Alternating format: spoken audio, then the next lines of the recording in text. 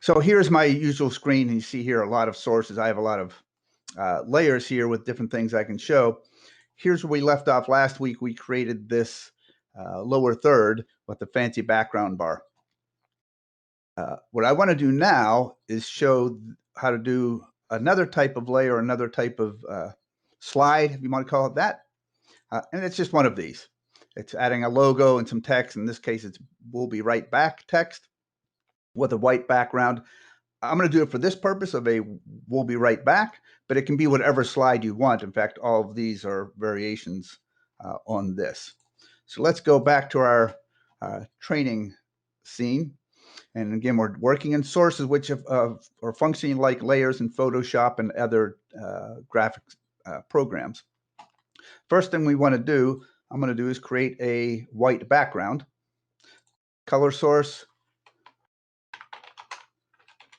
I'm going to name it white background.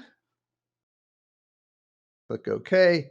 And it's already selected to white. I'm going to leave it at white. If I wanted to, I could resize it down. It's used, but it's just a big white blob, so it doesn't much matter. Then I'm going to add a logo. To add a logo, you add an image to your sources. I'll name it PSM logo. And then you have to find that image on your computer. You're going to have to know where to find this, wherever you find and store these graphics on your computer. I had already set it up ahead of time, so I could just go right to it. It's too big, so again, you click a handle and size it down. And this is important if you're used to using other software. In video, often when you click a handle and drag it, you don't have to do any extra key. It automatically keeps it proportional. If I wanted to do it disproportionately, I'd have to hold a shift key. So I'm holding a shift key now. But if I click on a handle and start to drag without holding it, it resizes proportionally. So that's pretty handy. Add text, much like we did last week.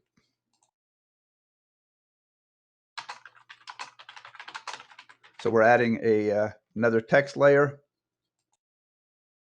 Oh, I apparently used that elsewhere.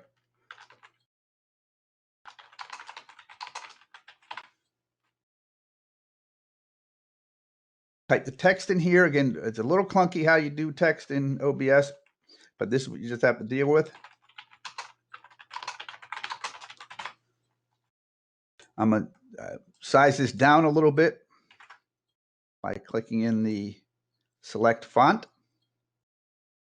I also need to change the color because it's a white color. You see up here, here's the square that has a text, but since it's white text on white background, we're going to have to make this some other color. And of course, I can change the font also to, let's pick something else just to play. Move that down here. I would right click this, transform, center horizontally. And I'm going to click on the logo, right click, transform, center horizontally. And the last step, click on the first item, the first be back text, shift, click on the last item. So now I've selected all three items that I just added. I'm going to right click, group selected items, and I'm going to name that group be back group. I might have used this elsewhere in OBS, so it might tell me not to, I can't use this. Oh, that works. So now I can turn this on and off in one click, the be back group. And notice the be back group is on top of everything else. If I had it below and I turn on be back, the lower third would still show up. So I make sure that this be back group is on top of everything else. So now it covers everything. And I just want to show you one other version of doing this. This is a very plain background, very plain text. I've also created a full graphic in Photoshop with a little fancier design to it.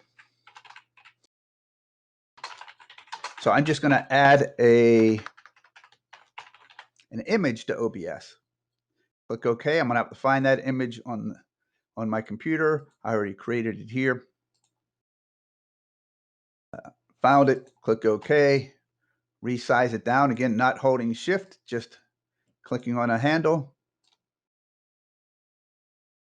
So if you can do this, something with a little fancier text, it's not super fancy, but you can see that it's a gradient background. The text has some 3D effect on it, and it is just one image. If you can create something like this in Photoshop or elsewhere, you can also do this whole thing with one layer and one import. If you don't have access, you can also do it this way by creating a group.